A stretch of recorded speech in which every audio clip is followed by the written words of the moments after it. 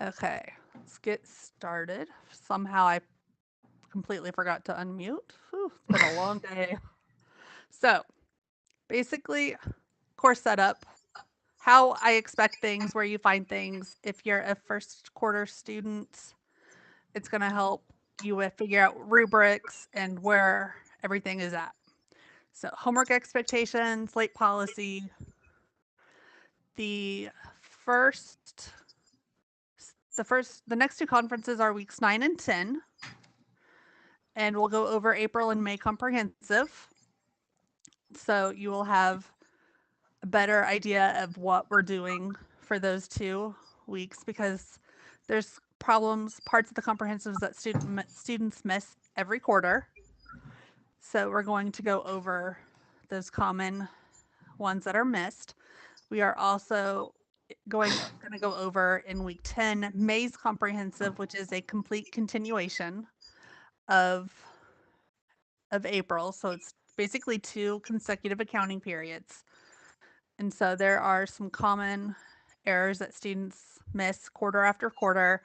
We'll go over the depreciation, which is how much things decrease in value each accounting period. But the accounting period differs by company. So we're going to go over both of those weeks 9 and 10. I should have the dates out for that.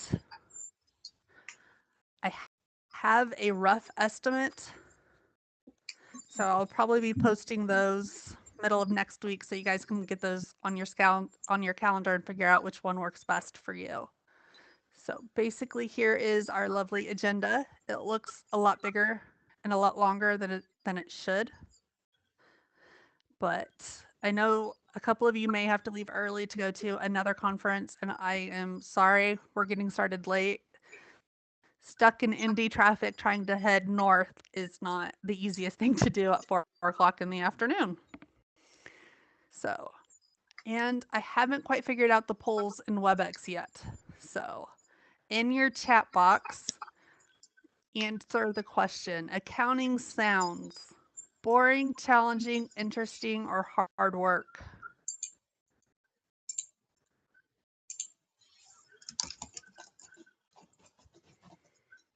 Hard work and challenging. Challenging. Interesting.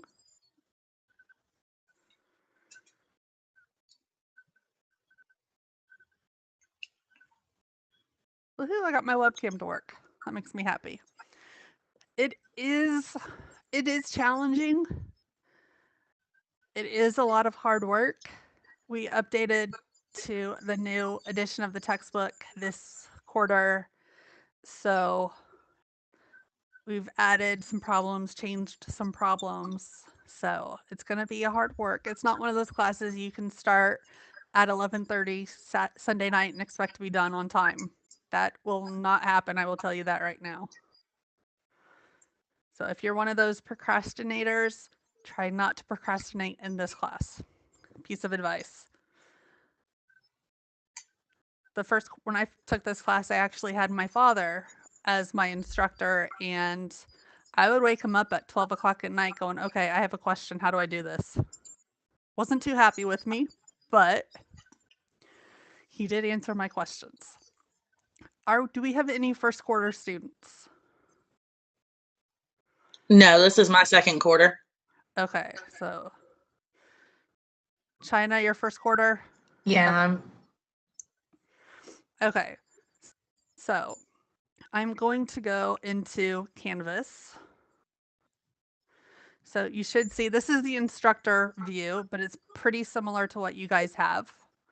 Let me quickly change it to the student view. All the lovely stuff I have. Okay, here we go. Here's the student view. So every class at Harrison that is online and some face-to-face classes use Canvas. So everything is broken down into the modules, which you should have already noticed by now, since we are in week 2. Right. And so discussions We have the quizzes. Those are new for this quarter. The reference cheat sheet is a PDF. I would highly recommend printing it out because it helps you remember which accounts are increased with a debit, which ones are increased with a credit. So it's just a reminder you can have out with you all the time when you're doing your homework. So that is something that is nice. A previous student's sister-in-law found that for her. She posted it to the discussion and I asked if I could just save it and repost it. And she was perfectly fine with that. So, discussions. Have you guys seen where to find the rubrics for the discussions? Okay. A lot of students miss those. So if you haven't found it yet, you're going to go to a discussion and click on the little cogwheel up here at the top, and then click on Show Rubric. For assignments, I do not have any assignments that use rubrics other than discussions. If you're going to a class that uses rubrics on an actual assignment, they would be posted below the assignment directions. Okay. And so those are available. Just make sure I don't miss anything. Assignments, since we did update the textbook to the newer edition, I went through and for every assignment starting in week 2, I have created Excel documents that have your entire assignment in one file. Okay. So you just have to open one file. But the main thing is there's usually going to be more than one tab at the end. So at the bottom, if my Excel decides to open, you will have tabs. There we go. At the bottom, I don't know how familiar you guys are with Excel. So if you look at the bottom of my Excel spreadsheet, there are numerous tabs, and that tells you which part of the assignment you're working on. If you scroll through the arrows, it'll get you over to the various parts that may not be showing. So make sure you check to make sure all of the tabs are completed. And for the mastery problem, I broke up which parts go on which spreadsheet to help you out. You guys should have received the working papers. You can do your homework in the working papers and then transfer them over to Excel so you don't have to have Excel open and trying to do the assignment and type at the same time. So that's one option. If you have trouble with your internet connection, you can always download the Excel form and do it that way, or do it in the working papers, and then when you get somewhere with Wi-Fi or have a computer with better access, and you could just type it into Excel and then submit it that way. Are you talking about the study guide, the big thick doorstop book? Yes. Okay. Yes. Half of it is a study guide. The other half is the working papers. Okay. Which provides the forms for all the assignments. That's mainly used with the face-to-face classes. Okay. So, but there is a purpose in the online classes as well. And I apologize to China, so I'm going to apologize to everybody else. Aww. My service dog has refused to leave me, so she might be a little edgy tonight. So, okay, let's see. Necessary software. Really, for me, you just need Excel and Word. If you don't have Excel and Word, there is a version online that's called Open Office. That is free. So you can use that to help complete the assignments in my class. If you're taking a class like CPU, which is basically computers where you do Excel off Microsoft PowerPoint, you more than likely will not be able to use OpenOffice. But for my course, that's perfectly fine. I'm not sure if you guys have seen the assignment videos in the modules. I have created assignment videos where it walks you through almost identical problems to what you have for homework. Okay. So it gives you an opportunity to have a lecture type format to the class. You don't have to use those. Those are completely voluntary. So if you're more of a visual person and you need to see it, those videos are there to help you. I have done through week 4. I'm working on week 5. So I will have those videos out shortly for you guys. So that's another resource you can use. Office hours. I hold office hours on Wednesdays from 2 to 4 in the class chat room. If that time does not work, let me know and we can set up either a WebEx session, a Canvas conference session. We could set up a special time to be in the chat room together. So let me know what works with your schedule if you need to meet. So I'm completely open on things. Awesome.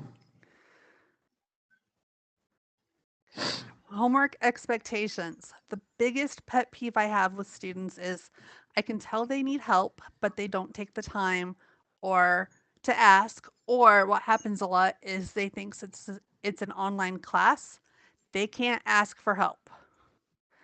That is not the case with me. Ask anything and everything. There are no stupid questions. I have taught this class for 10, 11 years. I've lost count. So Wow. if I don't even have my answer key on me, I can usually look and tell you where the mistake is. But I have an ebook, so the book always goes with me.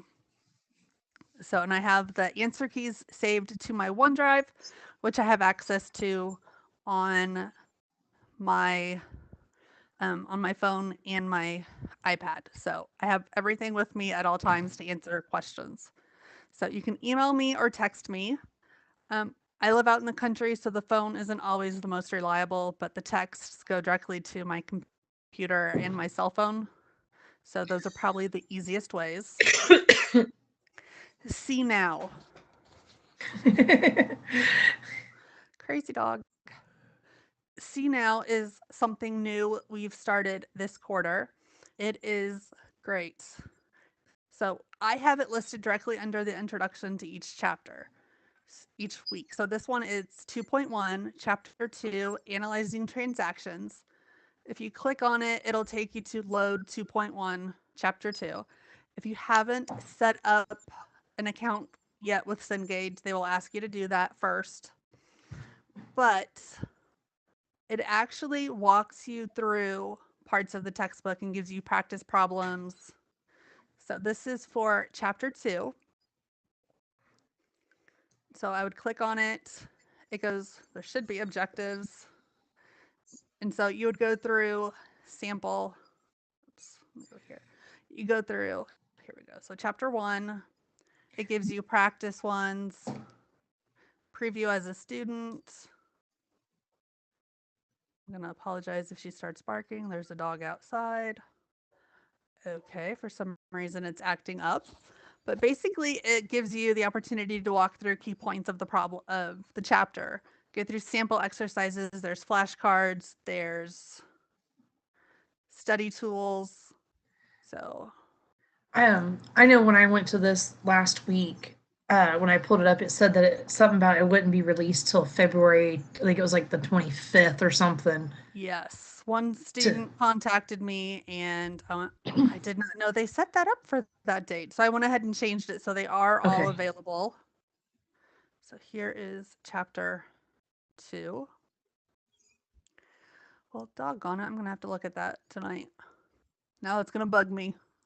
But basically, you're gonna essentially get sample problems. They're gonna let you work through problems and tell you whether you're right or wrong. So it basically checks your understanding of the chapters.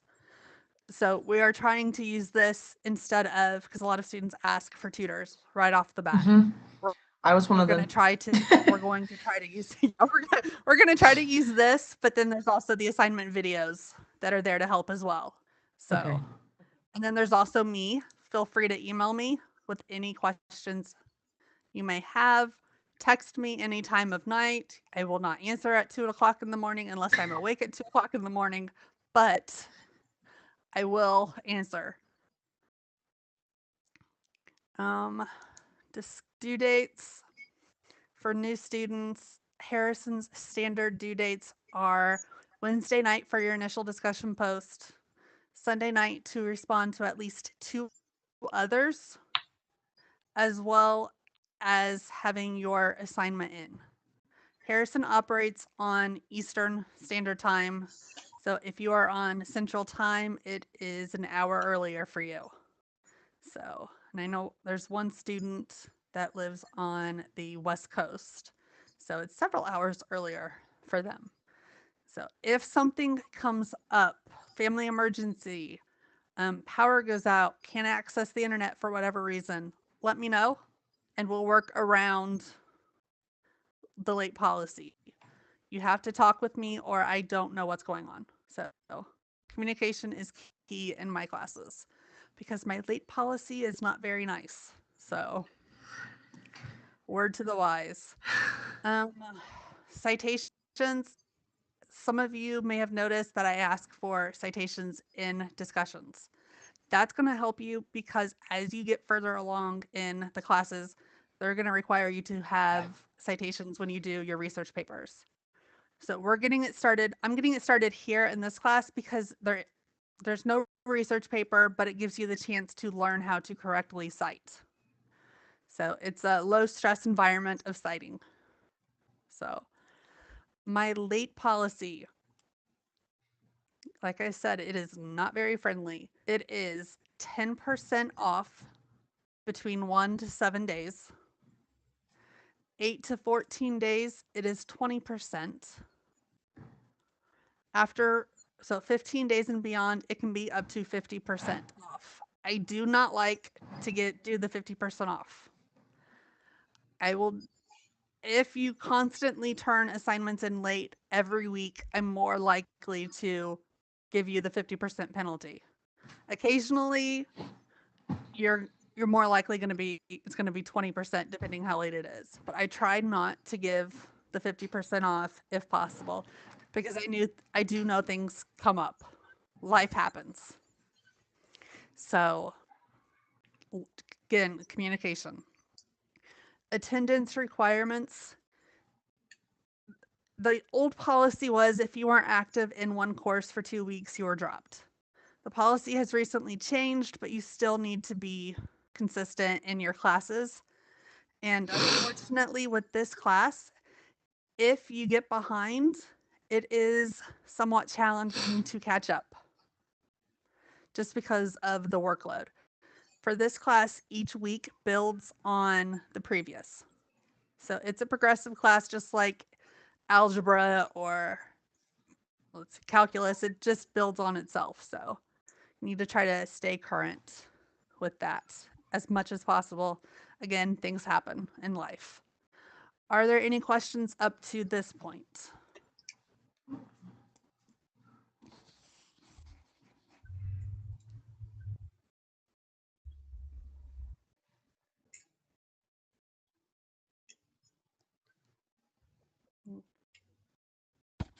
I'm going to take the radio silence as a no. It's kind of like the faculty in the faculty meetings. Anybody have a question? Radio silence. Okay. Nobody wants to participate. No. I'm not that scary. I'm actually relatively nice on a good day. Okay, accounting is a way to keep track of financial transactions. So basically, it's a way you can use it in your own life. You can keep track of how much money you take out of the bank when you go to the grocery store, or how much gas you put in the car each week, each day, whatever. It's just a way to keep track of what you use, where your money goes. It uses different financial statements and documents, as you've probably noticed. So we start after this week, we start moving into other financial statements for the income statement, the balance sheet, statement of owner's equity. Those are all things that we're going to learn how to create for a business. With the statement of owner's equity and the income statement, we're going to tell whether or not a customer or whether or not a business is actually making money. So that is going to be helpful for those that want to start a business. It is usually done by a bookkeeper or an accountant. Bookkeepers, it used to be where a bookkeeper got one aspect on the business. And so they got focused on one area, such as accounts receivable or accounts payable. And so that used to be how it is. Now businesses are trying to have other individuals in the bookkeeping department learn and be cross-trained on the other areas in case somebody's out, somebody's sick, somebody has a baby, whatever. They try to have employees cross-trained. So double entry method. We do use the double entry method, which basically means that every transaction we go through is going to affect at least 2 accounts. So if we purchase, if we pay our rent, we're going to use rent expense and cash. So those would be the 2 accounts that would be affected by the double entry method. So it's pretty standard. Most businesses use the double entry. That's because that's what the federal government prefers. So if you try to go into a publicly traded company, they're going to want to see records. So it's easy to see that way. Accounting is not. It is not a checking account. Unfortunately for this class, you have to forget everything you think you know about the terms debit and credit. In accounting, debit just literally means left, and credit means right. Depending on which side of the equation you're on, depends on whether or not that account is increased with a debit or if it is a credit. So if it's the left side, it is 95% of the time going to be a debit. If you're on the right side of the equation, it is going to be 90% a credit. There are exceptions to every rule, and we will definitely get into that later this quarter. Accounting is not about the numbers. 90% of accounting is making sure you get the right accounts used when you do your transactions.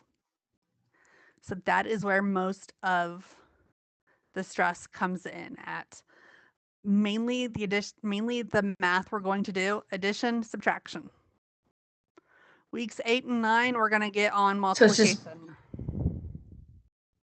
Go ahead, China. So it's just mostly making sure that you're just, as long as you place the numbers in the right side of the equal sign, pretty much, you can figure it out easy once you figure out that formula.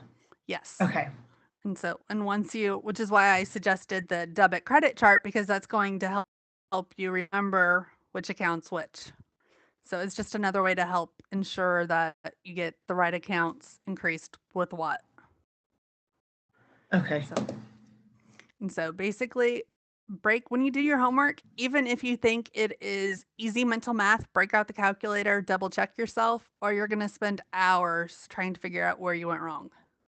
Easier just to use the calculator to begin with.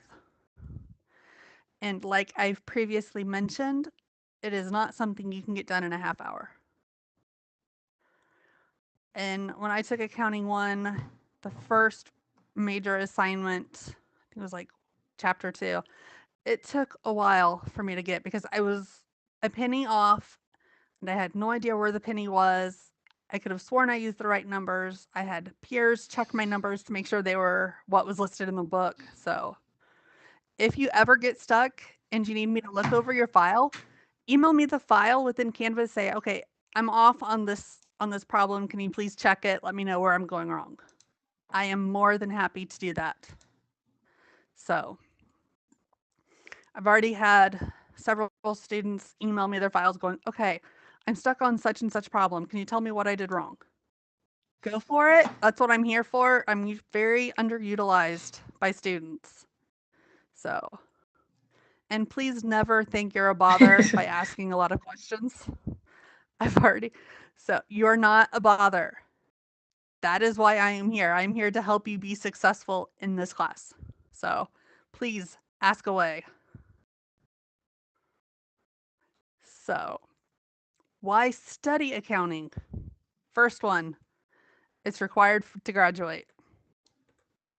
That one's plain and simple. Most of the majors at Harrison require at least accounting 1. So it may be most likely required for graduation.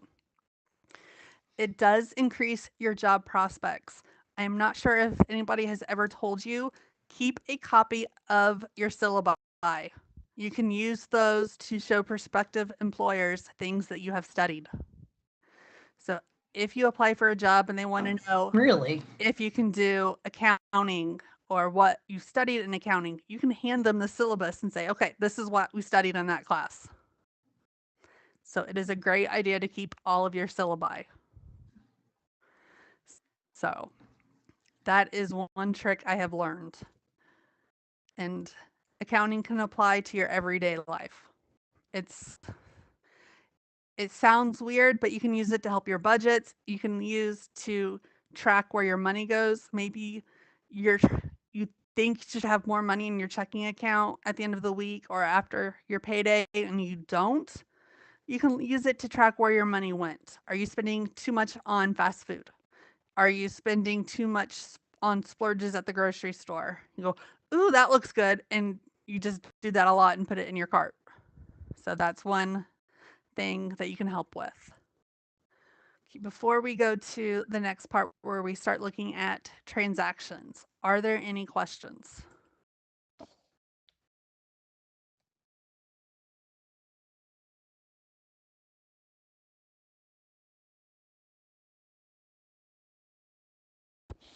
Radio silence. I'm going to take that as a no.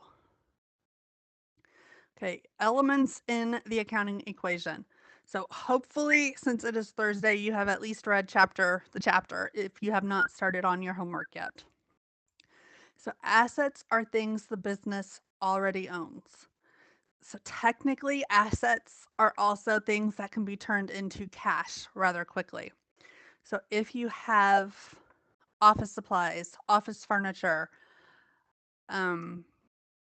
office equipment, supplies, cleaning supplies, pens, papers, those are all things the business already owns that can easily be turned into cash.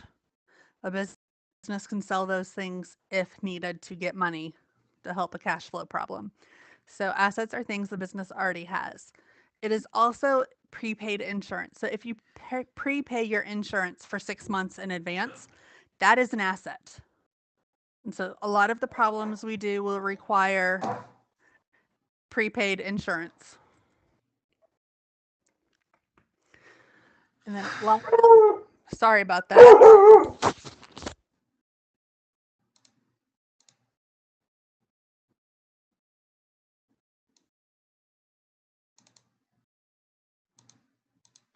Sorry about the crazy dog in the background. Yes. Liabilities, something the business owns. Okay. Let me see if I can switch audio.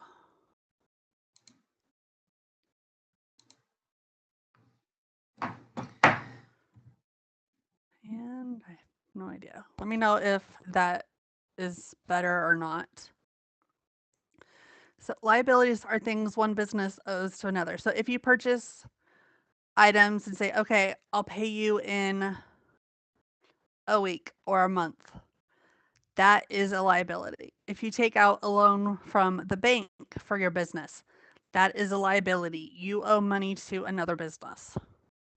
So owner's equity. Basically, if it has anything to do with the owner, if it concerns revenue, how much the company has made in a period, or if it has to do with expenses, how much the owner has had to pay out, those are owner's equity accounts. It will get hopefully more clear as we go through some of the examples. Okay, accounting equation.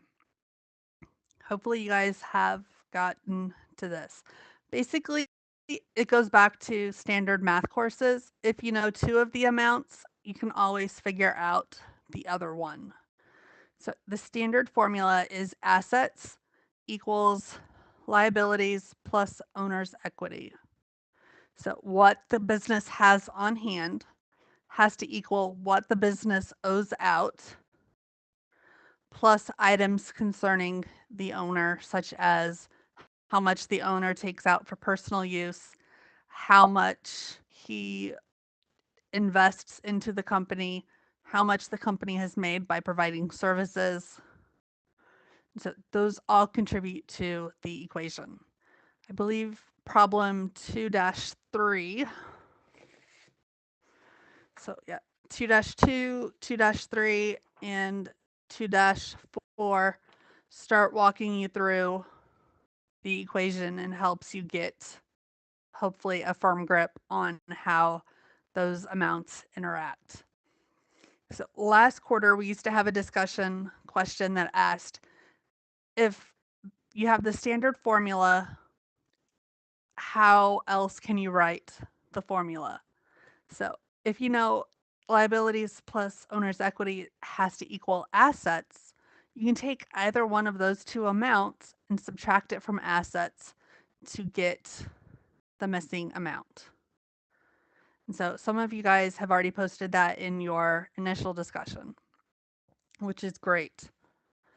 So that is one thing I like about discussions that helps everybody get to the same comprehension level. So are there any questions up to this point?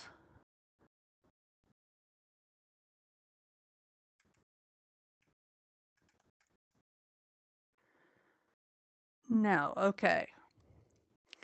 Analyzing transactions. Like I've previously mentioned, we do the double entry method. So most of the time it's going to only affect two different accounts. There are some instances where we will affect three accounts. 2-9 is one of them. There is one transaction on that problem where it will affect three accounts, not two. So just be prepared for that. And then debit versus credit. Well, debit for assets is an increase. Credit is a decrease. Liabilities, for the most part, there are some exceptions, but that's when you get to depreciation, so we're not too worried about that yet. You have liabilities and owner's equity. 90% of the time it's increased with a credit and decreased with a debit. So for every transaction, since we do use the double entry, you're going to have one debit, one credit, and both amounts have to equal each other. That's how you're going to keep your transaction in balance. So you get into that more with 2-3, so you'll definitely get to that.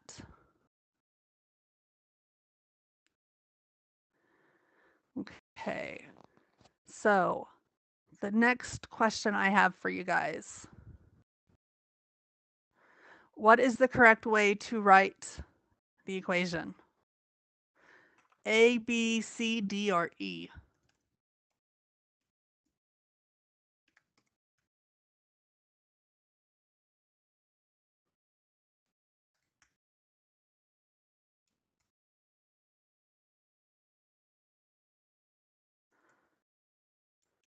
Good job. It is all of the above.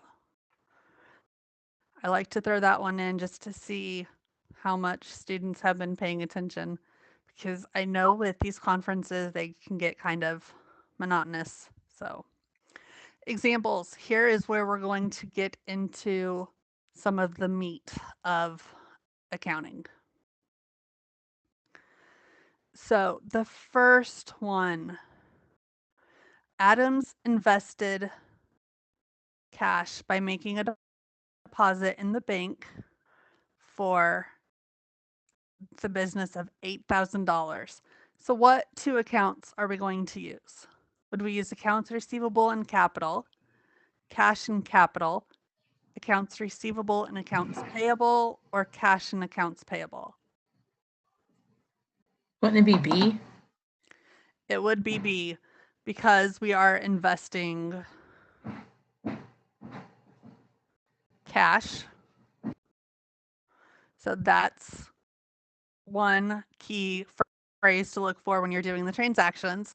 Always look for keywords that's going to help you understand what the transaction is looking for. And Adams.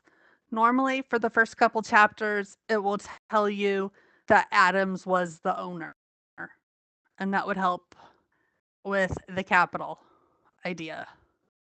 But for this transaction, it did not. And this transaction is actually in chapter 2. So, any questions on why that one is B? Nope. Okay.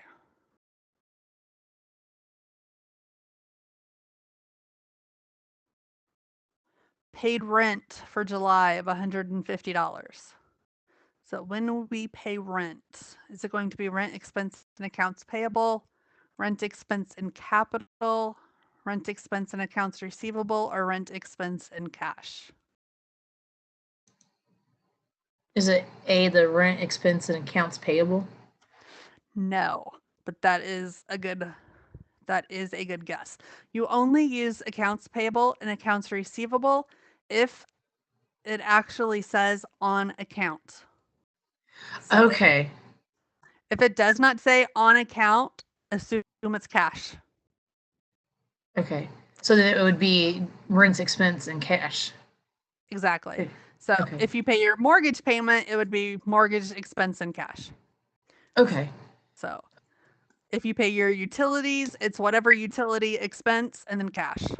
So that is one of the key phrases you need to remember in this class. If it does not say on account, go ahead and assume cash. So that one, it's a little like this one. We're purchasing tools on account. So you would focus on what we purchased and how we purchased it. So then it would be the tools and accounts payable? Exactly, since our company purchased the tools. Okay. If we were clean tools and we were selling the tools, then it would be accounts receivable and tools. Because accounts receivable is when our customers owe us money. That's okay. Accounts payable is when we owe another business money. Now it's starting to make some sense that I couldn't figure out Yeah. earlier. Yes. Those two they confuse students every quarter. So Well, I was thinking like accounts. I'm like, well, okay, if you're paying with cash, it's plain and simple. But I'm thinking account, like, well, was it a credit card that was their personal card, or was it a credit card for the company? I was looking into it like that. Yeah, no. If we purchase something from another business, it's payable. If our customers purchase from us, it's receivable.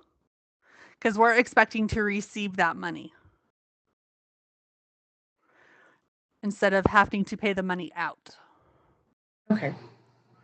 So it's I try to do little tricks like that because it helps explain things easier and it helps it more easy to remember. So okay.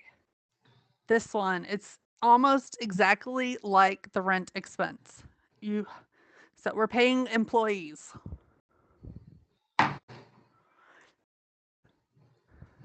So this one, So it would be C. exactly, because it's an expense because we have to pay our employees. So we're paying money out of our account. So it's going to be wages expense, just like it would be rent expense if we were paying rent. And then cash because our employees would not like it if we promised to pay them at a later date. They're going to want their money. So Are there, No. are there any questions on the first 4 transactions? I want to make sure everybody's understanding everything.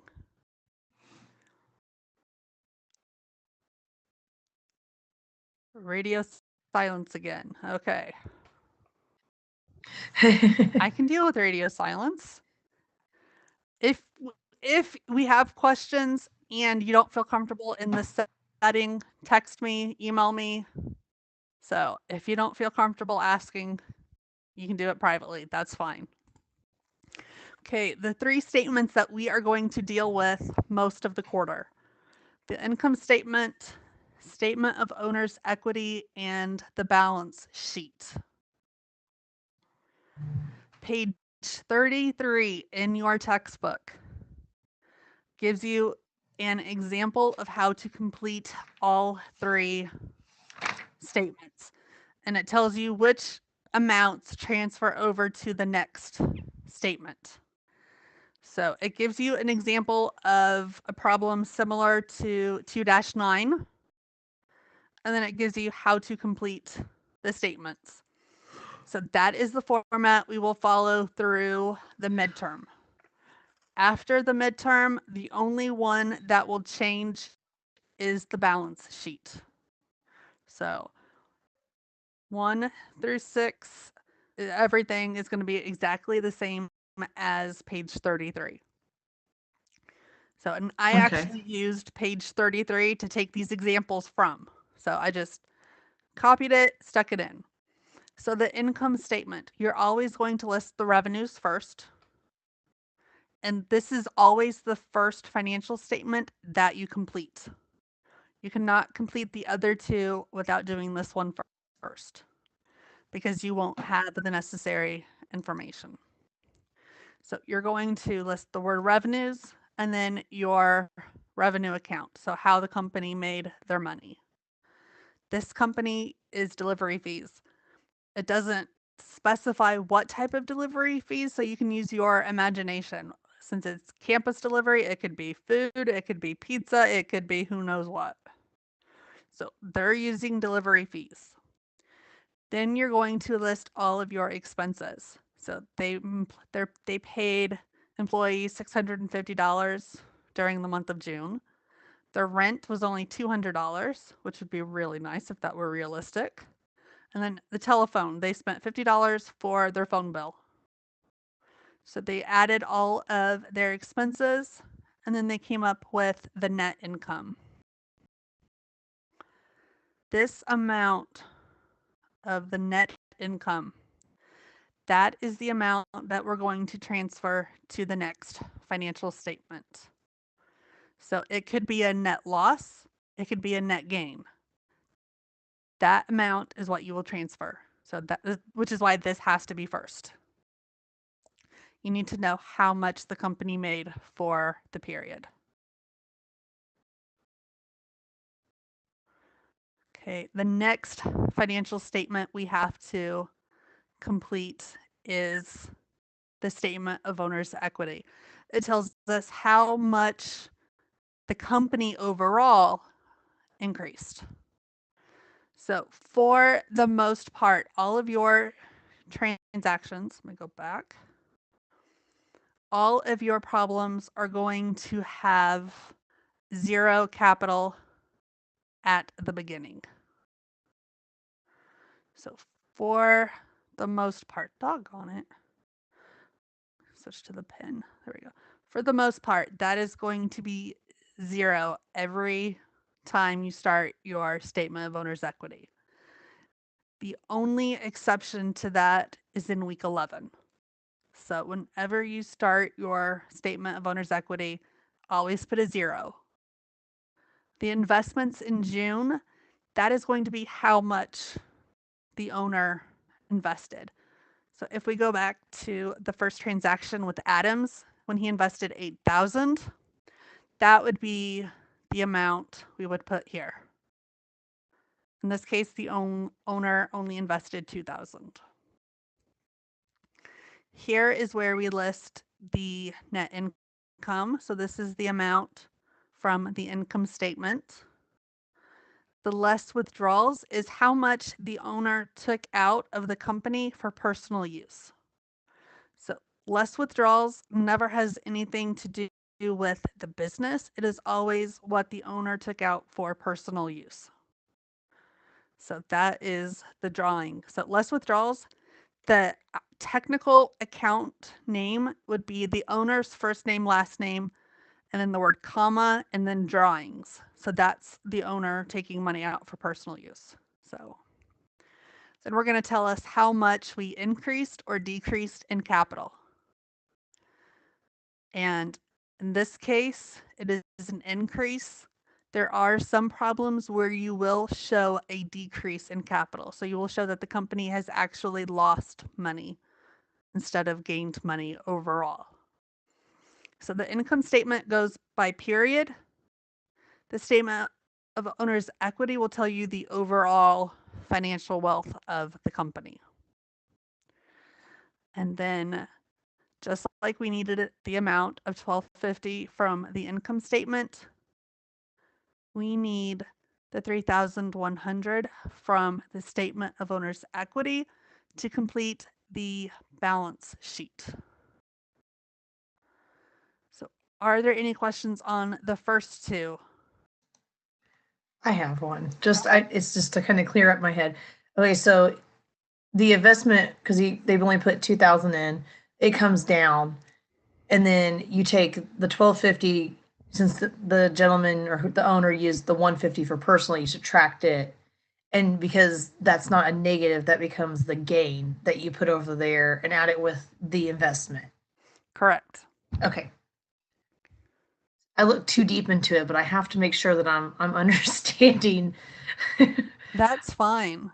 Ask any and all. So even if you have questions on your homework, you can always put them in the comment section when you submit your homework. It'll give you a place where you upload your file, and then you can list a comment or something on it. Put a comment there saying, okay, I don't understand why this one is this answer. Okay. And I'm more than happy to explain it in the comment section. There should be a video posted in the classroom of me going through how to actually look at the comments I send back to you. I opened up one of the classes from my last master's degree because we used Canvas as well. And so I could show you exactly how to download your file after I put the comments on there. So you can see what was wrong, what needed to be corrected, what amount it should have been. So you get feedback like you would in a face-to-face classroom. So. And is that in like week 1? Was that somewhere up that way? I believe so. I can check real quick when we're done. We're almost done. What time is it? Yeah, it's almost an hour. So let me. Oh, it's at it's at the top of it where it says recent announcements when you go to the home page. Okay. So yeah, I go through the process of pulling up Canvas and pulling up an old assignment so I can see the instructor's comments in Canvas, but also I can download the file that had the comments on it. Okay. Because I actually kept all my files with instructor's comments, so I know if I had to redo the assignment for some reason, or if I wanted it to show a potential employer, I would have piece of tangible evidence to show them. So, which is good because I had to defend, so I definitely needed work I've done. Okay, there we go. Oops. Tonight is just not my night for some reason. Okay. The last is the balance sheet. On the left of the balance sheet, when you look at your files between now and the midterm, you're going to have 4 columns on the balance sheet. The first column, you're going to list assets, and then you're going to list all of your assets and the value of each one. So those are the first 2 columns. The second 2 columns, you're going to list your liabilities and then whatever liabilities you may have. Most of the time, it's going to be just accounts payable, at least for now. then you're going to list that value. Then you're going to list owner's equity, and it will always only be the capital. We're never going to list the drawing account on the balance sheet because we've used it over here since we've used it here, we're not going to transfer it to the balance sheet because we've already taken that into account. But we will list the 3,100 over here. So that's the last amount you're going to have to transfer over. So here is where you tell if you've made a mistake or not. The balance sheet helps you prove your equation. So you have your total assets, which is everything the company has. And then you have the liabilities and owner's equity. If these two amounts do not add up, you know something is incorrect. However, with that being said, you can still have the same amounts, but they could be incorrect depending on how you put the information in. For example, if you put a transaction in cash at an extra $100 and you entered an extra $100 in the liability to match, your numbers are still going to balance, but you entered an incorrect number, so the actual total will still be incorrect. Does that make sense? Yes, I actually did that. I got 22,000 on a problem that I was having somebody help me with. Yeah. That's a common error. So if you ever want to need me to check, let me know. Let me see if I can, how fast I can pull up the textbook. I have a Mac, so my screen looks completely weird. The textbook does give you helps on making sure that the answers are somewhat correct. If you look, or under the problem number, the amount in green, the information in green, those are actually check figures.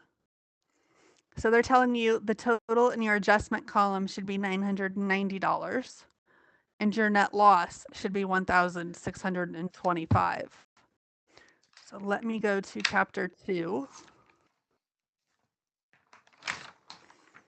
So for example, on -3, on problem 2-3, what you have to do for homework, it's telling you how much your asset amount should be.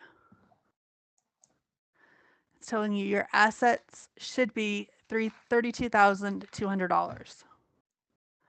Then it goes on to tell you for 2-4, it tells you your ending asset balance following letter K, make sure you read carefully, should be $31,586. So it gives you checks to help make sure you're on the right track. So if you ever get and you don't match the textbook and you cannot figure out, again, this is where you would send me an email with your file attached going, okay, I don't get it. What am I doing wrong? So that is a way to help make sure you're staying on the right track. I'm going to apologize because I'll probably have to be the one that does that a lot. That's okay. That's what I'm here for. Next Thursday and Friday, you may, if you send me emails, it may be a little delayed. I'm having surgery Thursday morning, but I won't be home until Saturday or Sunday. So I'll still be working while I'm in the hospital. I do it all the time. Oh my gracious. I do it whenever I have a chronic pain condition, so I've had several surgeries, and so I'm always bringing the iPad with me, and I'm always working in the hospital. So I will still be working. So it may just take me a little longer than normal to answer you. But do you guys all know how to send attachments within Canvas? Pretty much. Okay.